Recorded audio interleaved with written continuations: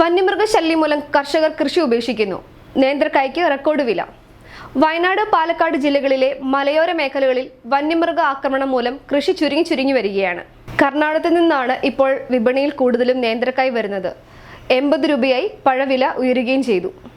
ഏത്തക്കായുടെ വില കേരളത്തിൽ അടിക്കടി ഉയരുകയാണ്. ഉത്സവ സീസൺ അല്ലാതിരുന്നിട്ട് കൂടി ഇപ്പോൾ 80 രൂപയായി വില ഉയർന്നിട്ടുണ്ട്. പച്ചക്കായ്ക്ക് പോലും 75 രൂപയാണ് വില. ഉൽപാദനത്തിനുണ്ടായ വലിയ ഇടിവാണ് വില ഇത്രയേറെ ഉയരാൻ കാരണം. കേരളത്തിലെ പ്രധാന ഉൽപാദന മേഖലകളിൽ നിന്നെല്ലാം കായ്വരവ് ഗണ്യമായി കുറഞ്ഞിട്ടുണ്ട്. വയനാടായിരുന്നു പ്രധാന ഉൽപാദന കേന്ദ്രം. പാലക്കാട്, മണ്ണാർക്കാട് പോലുള്ള സ്ഥലങ്ങളിലും വലിയ തോതിൽ നേന്ത്രവാഴ കൃഷി സമീപകാലം വരെ ഉണ്ടായിരുന്നു. എന്നാൽ വന്യമൃഗശല്യം രൂക്ഷമായതോടെ തോട്ടകൃഷി മലയോര മേഖലയിൽ നിന്ന് ഒഴിവായി എന്ന് പറയാം. കാട്ടുപന്നി മുതൽ ആന വരെ കൃഷി നശിപ്പിക്കാൻ തുടങ്ങിയതോടെ ആയിരക്കണക്കിന് കർഷകർ ഈ മേഖലകളിൽ നിന്നെല്ലാം കൃഷി ഉപേക്ഷിക്കുകയാണ്.